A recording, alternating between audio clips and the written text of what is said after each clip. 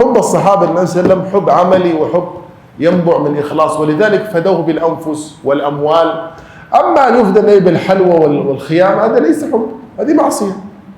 الناس اجتمعوا على الفتة والشاي واجتمعوا تجي النساء والاختلاط وتباع فيها الأسواق وين الحب للنبي صلى الله عليه وسلم؟ الناس الآن لا يحبون سنته ولا يذبون عنها، يلوون الطريق للبدع. هذا ليس بحب. الحب إذا جاء الأمر عن النبي صلى الله عليه وسلم أن تقف. ما كان لمؤمن ولا مؤمنة إذا قضى الله ورسوله أمرا أن يكون لهم الخيرة من أمرهم. بس يعني تبقى كده المسألة بالهوى، النصرة بالهوى. لا نخاصمه في محبته للنبي صلى الله عليه وسلم، لكن نخاصمه في الطريق إلى هذه المحبة. هذا الطريق غلط، غلط. الصواب أن يلتزم الإنسان السنة. أبو بكر الصديق رضي الله عنه ذهب إلى النبي صلى الله عليه وسلم ونظر واطمأن عليه ثم رجع إلى بيته، والهيئة لا تغتسل من الدم ولا.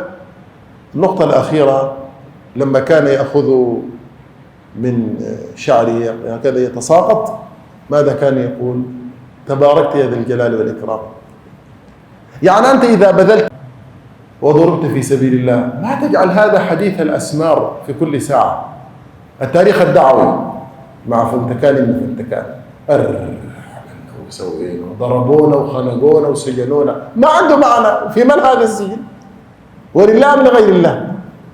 طبعا هناك قد يكون في جوانب مثلا فيها منفعة للأمة وفيها جوانب، لكن ما ينبغي أن يكون هو كل مجلس لا أبدا.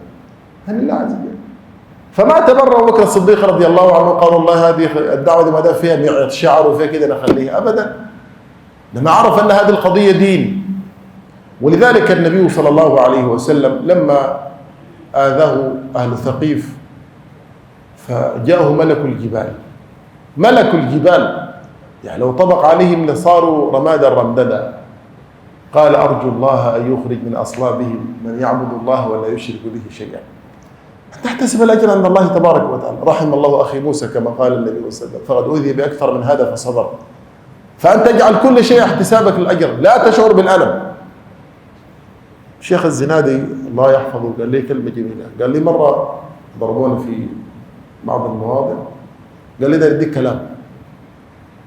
قال لي أبدا الإنسان الذي يضرب في الدعوة إلى الله لا يشعر بالألم. وجدت حديث طبعا أن النساء يظن أن الشهيد لا يجد من ألم الضرب إلا كما يجد صاحب القرصة، يعني فقرصة فقط يعني ما يجد الألم. وهذه من التخفيف للمؤمنين. فلا يخاف الداعية، لا يخشى أحد يقول الله المزل فيها قتل في، لا، الله عز وجل يخفف عليك ويهون عليك فلا تخشى. لكن لو أنك احتسبت كل شيء ستجد لذة عظيمة. أمشي ألقك الحكمة وامشي كما قال الشيخ الألباني، هي كلمة أيضا قريبة لهذا الشيخ حسن البصري رحمه الله. المهم الداعي على كل حال هو مأجور ما دام على هذا السبيل. أوذي لم يؤذى، بلغ، سمع الناس ما لم يسمعوا، المهم هو على السبيل لا يضرك. ما دام الإنسان سلك المسلك النبوي والطريق المصطفوي فهو على خير كبير.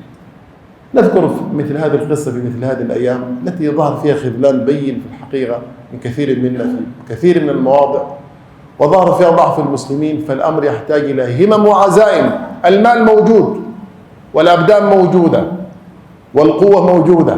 الناس فقط محتاجين إلى صدق الأخوة، محتاجين إلى إقبال على هذا الدين. عندنا من الأموال ما لو جمعت لصارت أطنانا، أطنان وأكوام، لكن أين القلوب؟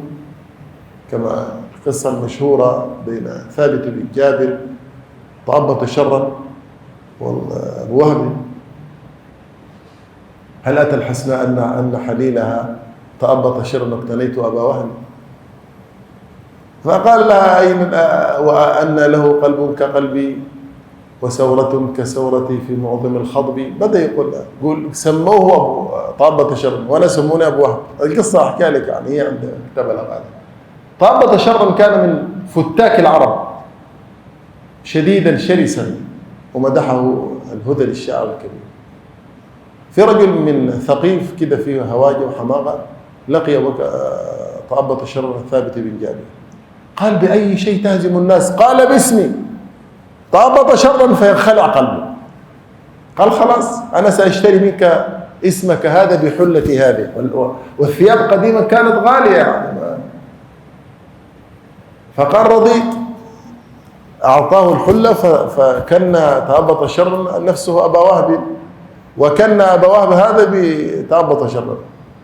فقال هل أتى الحسناء أن خليلها تهبط شرا واقتنيت أبا وهب، هبه سماني باسمه وسميت هبه تسمى باسمي وسميت باسمه، فأين له قلبي في معظم الخضب، وأن له سورة كسورتي، يعني إلى آخر ما قال من الأبيات. فالشاهد القضية ما بالأسماء والألقاب، لا، القضية بالهمم والعزائم والصدق مع الله تبارك وتعالى.